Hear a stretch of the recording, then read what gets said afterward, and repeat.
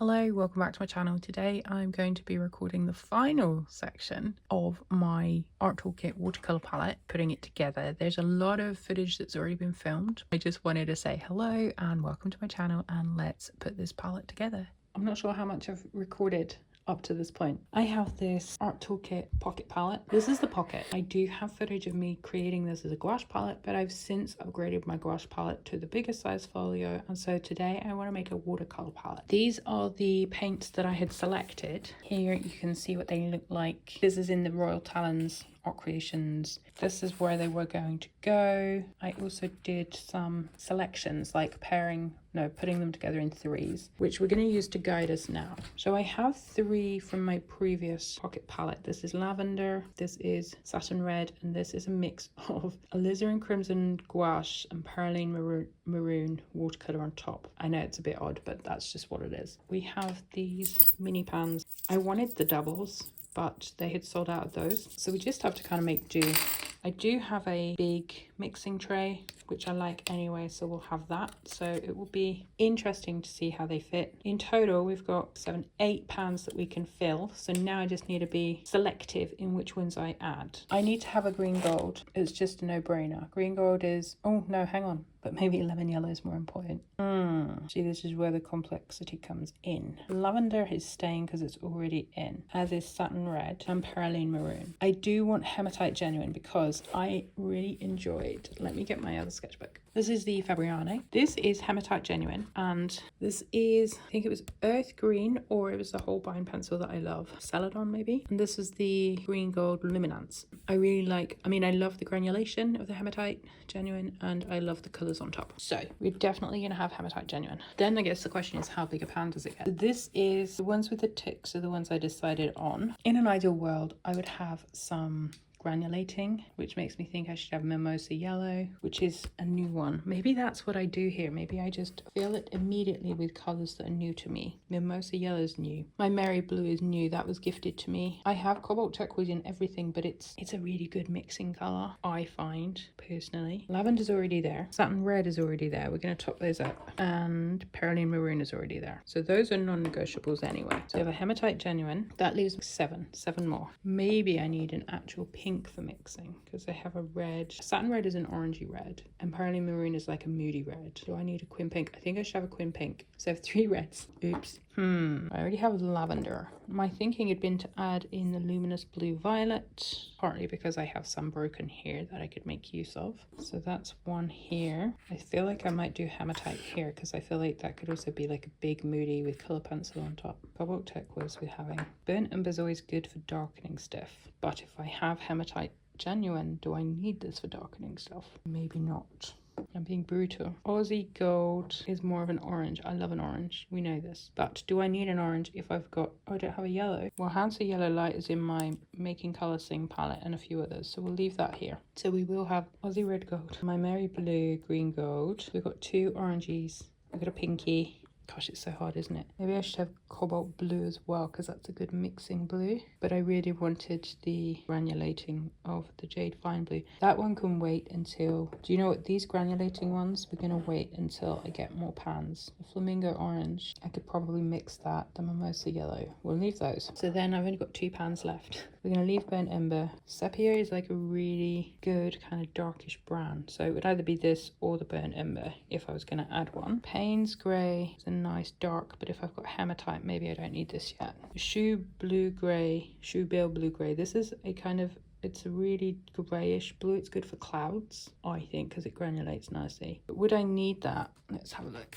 It's this one. Hematite. I think they're different enough. This is warmer. This is a bit cooler. But would I need it if I add the lavender to the hematite genuine? This is where colour mixing would have been handy. Well, I only have 2 pans left. Luminous blue violet. No. Perylene green. I don't have a green that's ready made, so I definitely should have this. And then it's a case of, do I want a brownie? I've got 1 pan left. Or do I want the shoe bill grey? Brown, grey, brown, grey. What if there are trees? Well, if there are trees, I could use the hematite genuine and then use colour pencil on top. How do I make brown? Bit of red, bit of green. I don't know. Is shoe bill grey going to granulate if it's dry?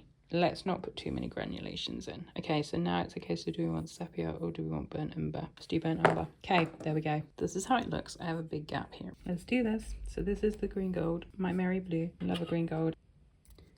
Now, I'm not fussy about these. I've never sat there with a toothpick and mushed stuff around. It's just not what I do. This is Aussie red gold. Oh, look at those two together. Gosh, this is going to be a good palette. Then we have satin red top up. I think I got this colour because of Natasha Newton a couple of years ago, maybe a year ago. I saw her mention it. I was like, oh, that's a good colour. Next, we're going to do quinacridone pink. This is such a lovely, exciting, kind of bright palette. I'm so excited about this, especially because I'm going away. I don't know if this video will come out before or after I've been away, although I've got quite a few trips this month. Then we'll top up the Parallel Maroon in the corner. This will shrink down. Cobalt Turquoise. This is Cobalt Turquoise Light, actually. Look at that, isn't that beautiful? Oh my goodness, I'm gonna have so much fun. That has been a big learning this month. We're in June still, by the way. I've learned so much this month. This is Cobalt Blue Holbeins. Look at that. So beautiful. So much colour. It's going to bring me joy. Then we have lavender. So we'll top that up. My lavender's running quite low, my Holbein lavender. I like this one a lot. I've got it in a couple of palettes. Caroline green. This is a really nice dark moody green. You see it's been a bit used. And then burnt umber. Shame I don't have 6 more pans.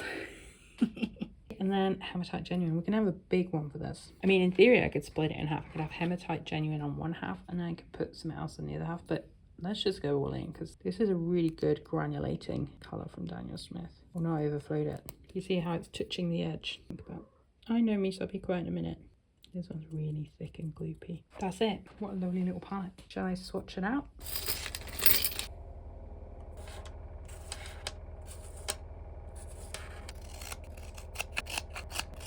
Naphthalite maroon, sepia,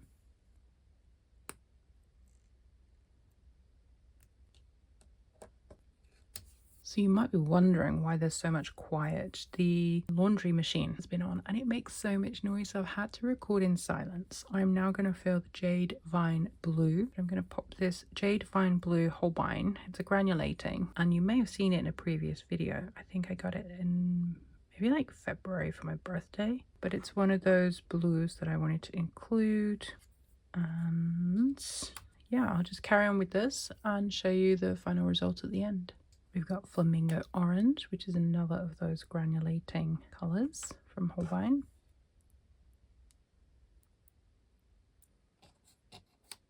This one is the Mimosa Yellow. Again, it's the granulating one. I'm trying to get these into the palette because I haven't had a chance to really use them.